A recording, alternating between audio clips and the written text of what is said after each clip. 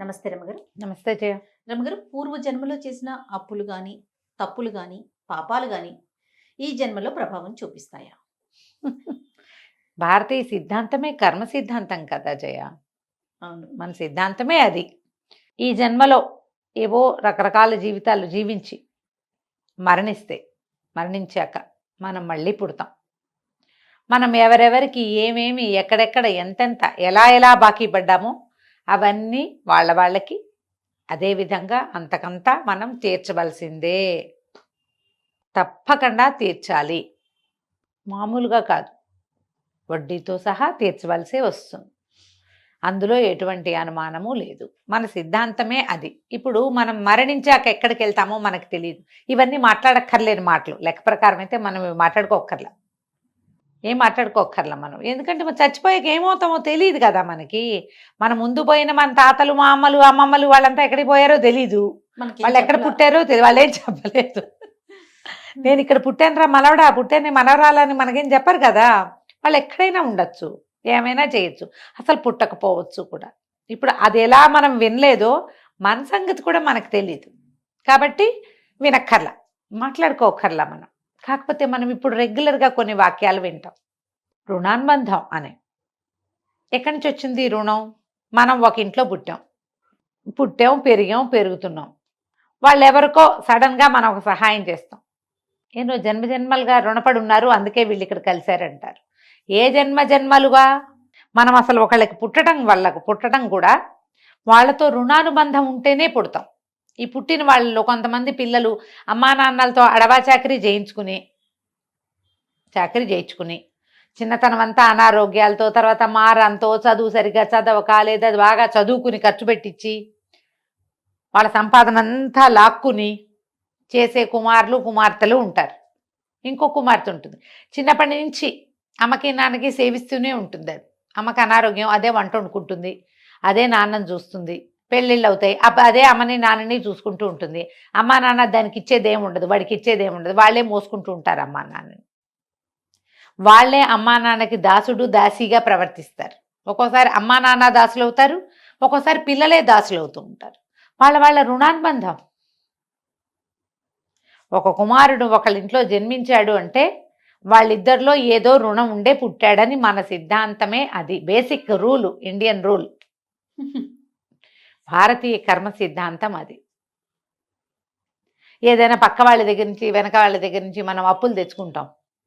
పంచదార, చింతపండు, గబుక్కున్న పులుసులోకి ఉల్లిపాయలు లేవు, 2 ఉల్లిపాయలు, 2 టమాటాలు, కాస్త కరివేపాకు, కొంచెం కొత్తిమీర, అవి కూడా అప్పులు తీర్చేయాలి. ఎందుకంటే ఆ బాకీ కోసం పుట్టాల్సి వస్తుందని మనం అలాంటివి నమ్ముతాం జయ. మరి ఉల్లిపాయ బాకీ తీర్చడం కోసం పుట్టాల్సి వస్తాం.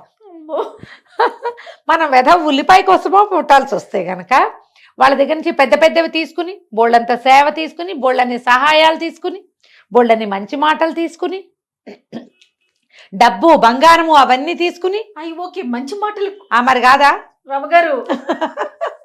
నాకు తగులుతోంది ఎవరికైనా.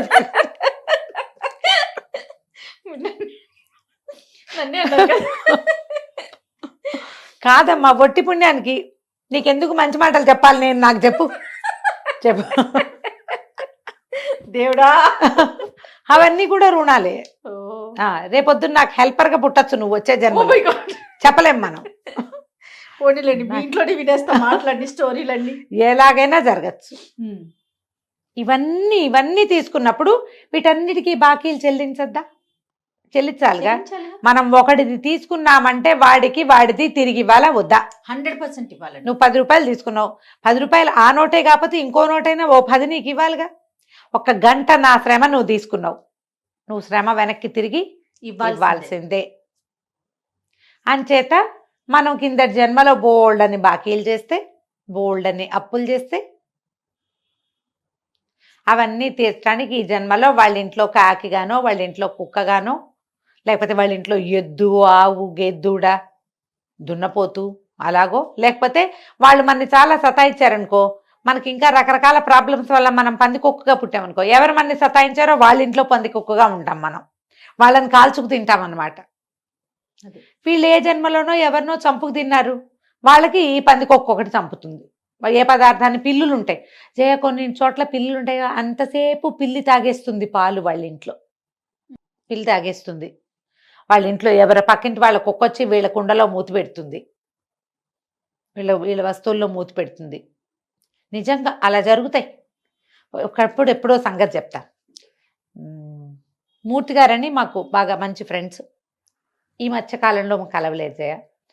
ఒక 25-30 సంవత్సరాల క్రితం వారితో రెగ్యులర్గా మాట్లాడేంత ఫ్రెండ్షిప్ ఉండేది. క్రమంగా కాలక్రమంగా మనుషులను సెపరేట్ అవుతాం. వాళ్ళు కూడా అవతలకి ఎక్కడికో వెళ్ళిపోయారు. వాళ్ళని మమ్మల్ని కలిపి ఉండే ఒక తీగ కట్ అయిపోయింది అనుకో, ఇక వెళ్ళిపోయింది.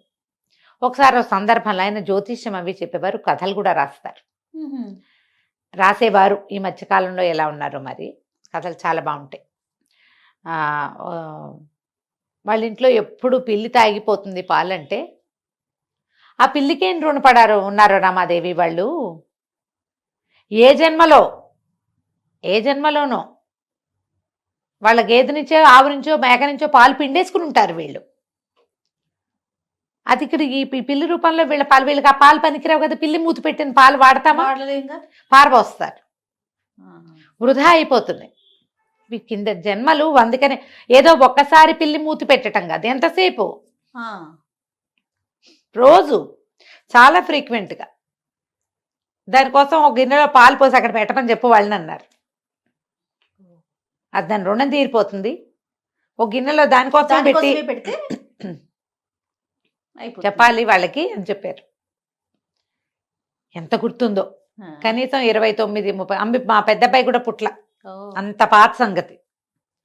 ఆ మాట మర్చిపోలేదు నేను. ఆ రుణానుబంధం అనేది అసలు దాన్ని తీయలేము జయ మన జీవితాల్లో నుంచి. నువ్వు ఏది నమ్మద్దు. అసలు కర్మానుభవం లేదు, ఏమంటారు కర్మ సిద్ధాంతం లేదు, ఏమీ లేవంటావు. నువ్వు అతిష్టం ఏదో ఇష్టం, నీ ఇష్టం అది. కానీ నువ్వు దారైపోతూ రోడ్డు మీద పడ్డావు, ఎక్కడో పడిపోయావు ఢామని, ఎవరో తెలియదు. ఒక ముష్టివాడు వచ్చి నిన్ను లేవదీస్తాడు, అడుక్కునేవాడు. రోడ్డు మీద ఎవరో ఉంటారు కదా మరి ర్యాండమ్గా. వాడే ఏం చేస్తాడు, వాడి దగ్గర ఒక పాత డొక్కు సీసాలో ఉన్న నీళ్లు నీ మొహం జల్లుతాడు. నీ ఫోన్లో ఇంచే వాడు ఎవరికైనా ఫోన్ చేయొచ్చు, నువ్వు వెళ్తావు, ఇల్లు చేరిపోతావు. వీడెవరు? ఒక ర్యాండమ్ వ్యక్తి ఎవరో నీకెందుకు సహాయం చేశాడంటావు? దానికి ఒక కారణం చెప్పగలవా నువ్వు? మానవత్వం ఇలాంటివి చెప్తారు. మానవత్వంతో చేశాడు. మానవత్వం అయినా అక్కడ 15 మంది ఉంటే ఒకడే ఎందుకు చేశాడో నువ్వు నాకు చెప్పు. ఆ 15 మందిలో ఒకడే ఎందుకు చేస్తాడు నీకు? ఖచ్చితంగా రుణానుబంధమే. ఒప్పుకోవాలి కదా, ఒప్పుకోవాలి రమ్మ గారు. తప్పకుండా. మనం ఎక్కడికో బయలుదేరాం, బస్సులన్నీ మిస్ అయిపోయినాయి, బస్సులు లేవు, ఆటోలు లేవు, ఎవరో పోతుంటారు దారిలో. వాళ్ళు మన బండెక్కించుకుంటారు. మన జీవితానికి టర్నింగ్ పాయింట్ అయిన ఒక ఎగ్జామ్ హాల్ దగ్గర మమ్మల్ని వాడు దింపుతాడు. నీకు ఇక్కడ ఏ అవకాశము లేదు. వాడెవడో ఒకడొచ్చాడు, వాడి పేరు తెలియదు, ఊరు తెలియదు, నీకేమీ తెలియదు. ఇలాంటి సంఘటనలు జీవితంలో ప్రతివాడికి ఏదో ఒకసారి ఎదురుపడవా జయ? ఖచ్చితంగా అవుతాయండి కదా. పోనీ నీకు అవ్వవు, నువ్వు నీ ఫ్రెండ్స్ దగ్గరైనా వింటావు, అది ఎవడో దింపాడు ఆ టైంకి, దేవుడిలాగా వచ్చాడు అంతే. మనం అయితే దేవుడు అంటాం, లేకపోతే వాడెవరో మనకి రుణపడి ఉన్నవాడు మన బాకీ అక్కడ తీర్చాడు. మన జీవితపు టర్నింగ్ పాయింట్లో మనని బట్టికెళ్ళి నించోబెట్టేస్తాడు వాడు. నేను ప్రతిసారి చెప్తా, నా జీవితపు టర్నింగ్ పాయింట్ సుమన్ టీవీ. నేను ఇక్కడికి ఎట్లా వచ్చాను? తర్వాత ఏం పెద్ద స్నేహం కొనసాగల. ఈ టర్నింగ్ పాయింట్ మాత్రం విజయలక్ష్మి వల్ల వచ్చింది. రుణానుబంధం అమ్మా. తర్వాత ఏం సాగలేదు పెద్దగా, సాగింది అసలు కాదని నేను అంటల్లా. కానీ ఇక్కడ నా జీవితం కొనసాగినట్టుగా, నా జీవితానికి ఇంత అత్యద్భుతమైన టర్నింగ్ పాయింట్ వచ్చినట్టుగా అదంత వర్కౌట్ గాల, అయిపోయింది. ప్రతి వాళ్ళకి మన చిన్నప్పటి నుంచి పెద్ద అయ్యేదాకా ప్రతి మలుపులో, ప్రతి గెలుపులో ఎవరో ఒకళ్ళు ర్యాండమ్ పీపుల్ వచ్చి సహాయం చేసింది ఉంటుంది. వాళ్ళకి కాక వీళ్ళు కూడా, మనం కూడా వాళ్ళకి ఒక ప్రత్యేకమైన సందర్భాలలో మాట సాయమో, పని సాయమో, సమయానుకూలమైన ప్రవర్తనతోటో మనం ఎవరో ఒకళ్ళ దగ్గర నుంచుంటాం. ఒక్కొక్కసారి చాలా మంది ఇబ్బందులకి కారణమవుతాం మనం. ఒట్టి పుణ్యానికి. అనవసరంగా అసలు అక్కడ ఉండకూడదు, మనం అనవసరంగా వెళ్తాం, మన వల్లే అక్కడ ఏదో బ్యాడ్ సిచ్యువేషన్ వస్తుంది. జరుగుతాయి అట్లా. ఇప్పుడు నేను నీకు చెప్పటల్లా అదేం జరిగిందో, కానీ ఎవరికి వాళ్ళకి తెలుసు కదా. అంతేగా. నాకు నా లోపాలు తెలుసు, నీకు నీ లోపల గుర్తొస్తుంది. విన్న ప్రతి వాళ్ళకి గుర్తు రావాలి కదా. మన వల్లే ఒక చెడుతుంది ఒకటి, మనమే అది చెడగొట్టడానికి కారణం అవుతాం. అబ్బే కాదని మేము అద్భుతమైన వాళ్ళం అంటే నువ్వు నాకు చెప్తావు, లోపల చెప్పుకోవద్దు, ఇది చెప్పాలిగా. మనకు తెలుసు సమాధానం. ఇది ఎందుకు అవుతుంది? అక్కడున్న రుణానుబంధం వల్లే జరుగుతుంది. మనం చెడగొట్టడానికి కారణం అవ్వచ్చు, కలవడానికి కారణం అవ్వచ్చు. వాళ్ళతో మనకున్న బాకీల వల్లే మనం అక్క చెల్లెళ్ళుగా, అన్నదమ్ములుగా పుడతాం, స్నేహితులుగా ప్రవర్తిస్తాం, ఇరుగు పొరుగు వాళ్ళుగా ఉంటాం, ఎక్కడో కలుస్తాం. ఒక రైలు ప్రయాణంలో కలిసి ఎవరి దారిన వాళ్ళు దిగిపోయినట్టుగా దిగిపోతాం, కానీ గ్యారంటీగా కలుస్తాం. వాళ్ళతో అంతే మన ప్రయాణం అయి ఉండొచ్చు. రుణానుబంధాలే కొన్ని ఉంటాయి, మధ్యలో భలే కట్ అయిపోతాయి. ఎందుకు కట్ అయిపోయాయో అర్థం కాదు, కానీ మళ్ళీ కలుస్తారు వాళ్ళు. అవ రుణం తీర్లా వాళ్ళకి. ఈ గుంపు విడిపోయిన సమూహం మళ్ళా కొంతకాలానికి కలుస్తుంది. మళ్ళీ ఏదో ఒక ప్రయోజనం ఉంది జీవితంలో, ఇంకో మలుపులో మళ్ళా వీళ్ళతోటి వీళ్ళకి ఇంకా బాకీ తీరవలసింది ఉంది. ఇందులో మన వాళ్ళు చెప్తారు, రుణానుబంధ రూపేణ పశుపత్ని సుతాలయ అని. పశువులు, జంతువులు, కుక్కలు, పిల్లులు, నిజం, ఆవులు, మన ఇంట్లో ఉండే గొడ్డు గోద, ఇళ్లలో పెంచుకుంటాం, చిలకలు, పావురాళ్ళు, వాటిని పెంచుతారమ్మా. తాబేళ్లను పెంచేవాళ్ళు కనపడతారు. మన ఫ్రెండ్స్లో కూడా చాలా మంది ఉన్నారు తాబేళ్లను పెంచేవాళ్ళు. ఇవన్నీ రుణానుబంధమేనమ్మా. పత్ని, భార్యలు, అది కూడా. అయితే ఇప్పుడు భర్తలు లేరా అని అడుగుతారు. మనం భార్యలం అయితే వాళ్ళు భర్తలే కాదు మనకి, అది కూడా రుణమే కదా. సుత ఆలయ కూడా చెప్తారు. సంతానము, ప్రదేశాలు, మనం ఉండే ఇల్లు, ఆ ఇంటితో రుణం తీరిపోయింది మనకి. ఒక్కోసారి ఖచ్చితంగా ఇళ్ళతోటి రుణం తీరిపోతే, ఆ ఊరితో రుణం తీరిపోయిందని చెప్పుకోమా చెప్తాం. ఇళ్లతోటి కూడా, ఒక ఇల్లు మన పుటక, మనం అక్కడే అక్షరాభ్యాసం చేసుకున్నాం, అక్కడే గుంట ఉన్నమాలు దిద్దాం, అక్కడే గోళికాయలు ఆడుకున్నాం. ఏదో ఒక దశలో దాని నుంచి బయటకు వచ్చేస్తాను జయ, ఖచ్చితంగా. ఎప్పుడో ఇక అసలు అదే ఉండదు, మళ్ళీ మన జీవితంలోకి అది రాదు. ఊళ్ళు మారుతారు, ఉద్యోగాలు మారేవాళ్ళు, ఊర్లు మారిపోయేవాళ్ళు, ఈ ఊరు నుంచి ఇంకో ఊరికి మైగ్రేట్ అయిన వాళ్ళు ఎంతమంది లేరమ్మా. అవును, ఆడపిల్లలందరూ పుట్టిళ్లలో వదిలిపెట్టి పరాయిళ్ళకి వెళ్ళిపోతారు కదా. కొంతమందికి మళ్ళీ పుట్టింటికి వెళ్ళి అక్కడే గడిపే అవకాశం కొన్ని జీవితాలకు లభిస్తుంది. అందరికీ అదృష్టం ఉంటుందా? ఉండదు. మనం చిన్నప్పుడు ఆడుకున్న ఇంట్లో నుంచి మన పెళ్ళి అయ్యాక అమ్మ నాన్న మన పెళ్లి కోసమే ఇళ్ళం వేసిన దాఖలాలు కూడా ఉంటాయిగా. రుణం తీరిపోయింది, మనకి తీరిపోయింది, వాళ్ళకి తీరిపోయింది. ఆ బాకీ ఇంకో చోట ఎక్కడో మొదలవుతుంది, ఇంకో ఇంటి దగ్గర ఉన్న జంతుజాలంతో స్టార్ట్ అవుతుంది. మేము ఒక ఫ్లాట్లో ఉన్నాం జయ, ఒక 10-14 ఏళ్ల క్రితం. యాక్చువల్గా ఒక కుక్క ఉండేది పక్కన, జానీ దాని పేరు. అది పక్క బిల్డింగ్లో వాళ్ళ కుక్క. అది ఎందుకు వచ్చి పడుకునేదో తెలియదు, మేమున్న బిల్డింగ్లోకి వచ్చి పడుకునేది. మా బిల్డింగ్ వాళ్ళ కుక్క కాదు అది, పక్క బిల్డింగ్కి. అయితే వచ్చి 2nd ఫ్లోర్లో ఉండేవాళ్ళం మేము, మా వాకిట్లో పడుకునేది. మా ఇంటికి వచ్చిన వాళ్ళది రా అని పరిగెత్తుకుంటూ పోయేవాళ్ళు, నల్లటి బొచ్చు కుక్కది. సరే వాకిట్లో పడుకుంటోంది కదా, పిల్లలు ఒక రవ చిన్నవాళ్ళు. నాకు కూడా కొంచెం కుక్క ప్రీతి ఉన్నది, మా ఇంట్లో బాగా కుక్కలు ఉండేవి. కాకపోతే ఎత్తుకుని చంకలో పెట్టుకుని పక్కలో పడుకోబెట్టుకుని ఆ ముచ్చట కాదు, కుక్కకి అన్నం పెట్టే ప్రీతి పాత్రమైన ముచ్చటే నాకు. వాకిట్లో పాలు పోసేవాళ్ళం, అన్నం పెట్టేవాళ్ళం, అది తినేది. మార్నింగ్ వాక్ వెళ్ళినప్పుడు నా వెనకాల వచ్చేది అది. యోగా క్లాస్కి వెళ్ళేది నా ఇంట్లో ఉన్నప్పుడు. ప్రతిరోజు నా యోగా క్లాస్కి వచ్చి నాతో పాటు మళ్ళీ వెనక్కి వచ్చేది. అది తప్ప నేను ఏ ముద్దు దాని ఒంటి మీద చెయ్యేసి ఎరగని చేయ, నేను ముట్టుకునే ముద్దు కాదు, అది రోడ్ల మీద తిరుగుతుంది, అంత సరదా లేదు. కానీ అన్నం మాత్రం ఖచ్చితంగా పెట్టేవాళ్ళం, పాలు పోసేవాళ్ళం. అది మా వాకిట్లో కాలు తుడుచుకునే పట్ట మీద పడుకునేది, అక్కడే ఉండేది. దానికి విడిగా కార్నర్కి, లిఫ్ట్ కార్నర్కి ఏదైనా దుప్పటి వేసేవాళ్ళం. 3 ఏళ్ళు ఏమో ఉన్నాం మా ఇంట్లో. చలికి అక్కడ పడుకునేది. మేము ఇల్లు మారాక కొద్ది రోజులు మా వెనకాల తిరిగింది. ఇల్లు కొంచెం అవతలికి మారాం, కొంచెం అదే లైన్లో ఇంకాస్త ముందుకి వెళ్ళి ఎల్ షేప్లో తిరగాలన్నమాట. ఒక వారం రోజులు 10 రోజులు తిరిగి ఆ తర్వాత ఇంకా అది రావడం మానేసింది. కొంచెం పిల్లలు దాన్ని మిస్ అయ్యేవారు, జానీ కనపట్టలేదు అని.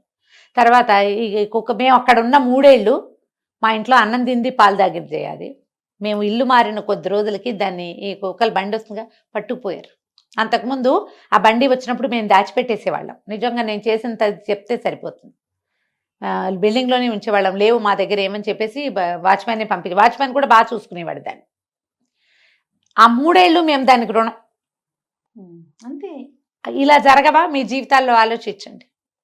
ఇప్పుడు కుక్కని కావలించుకుని ఒళ్ళో పెట్టుకుని మంచాల మీద ఎక్కించుకుంటేనే ముద్దా కాదు, ఇది కూడా ముద్దే. మేము సాయంత్రం అయ్యేసరికి తెల్లవారంగానే అది కనపడకపోతే జానీ ఏది అని చూసేవాళ్ళు, పిల్లలు చూసేవాళ్ళు.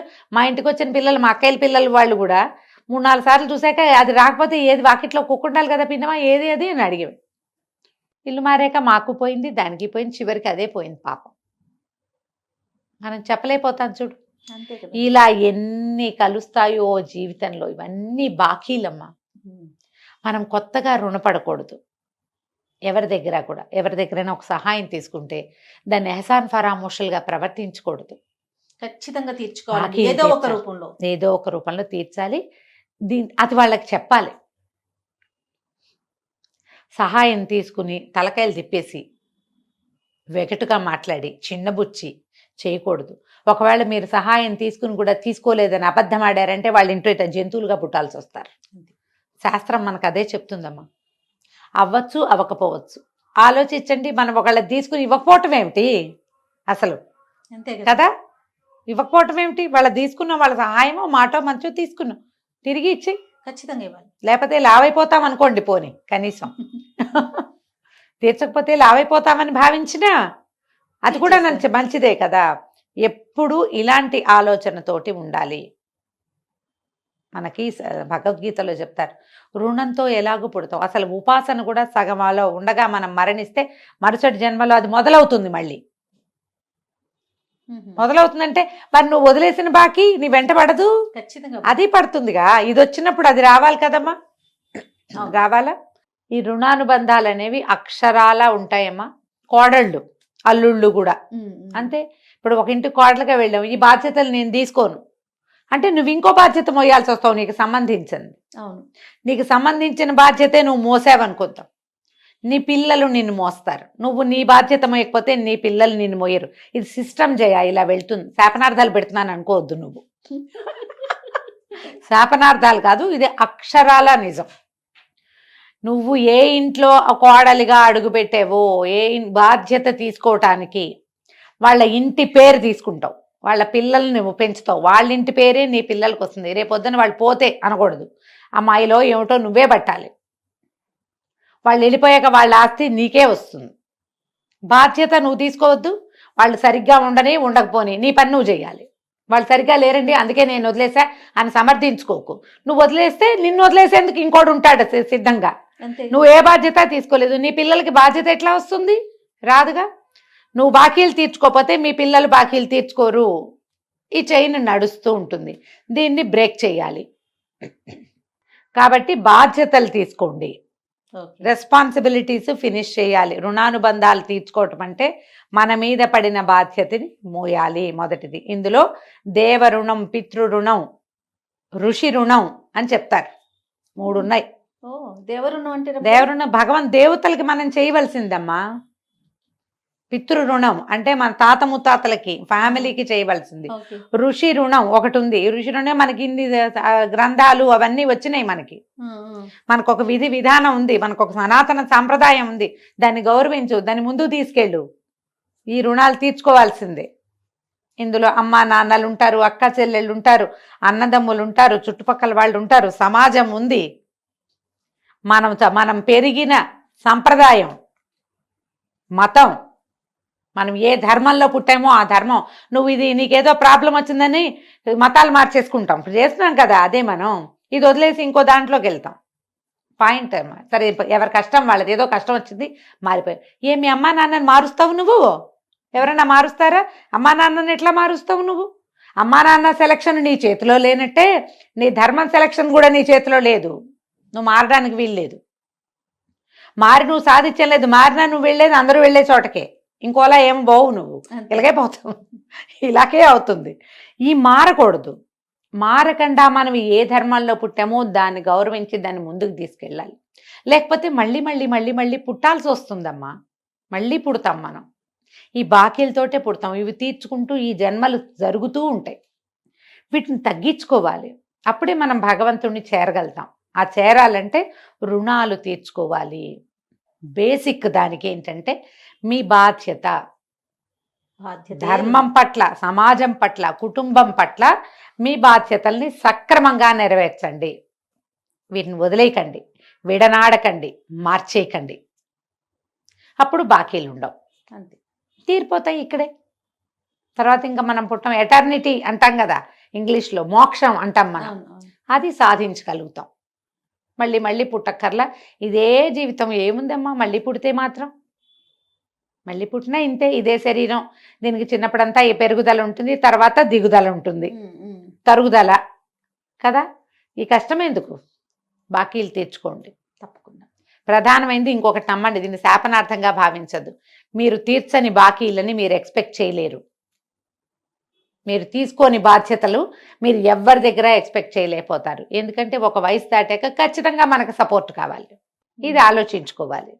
తప్పకుండా. అంతే. నమస్తే రమగారు. నమస్తే.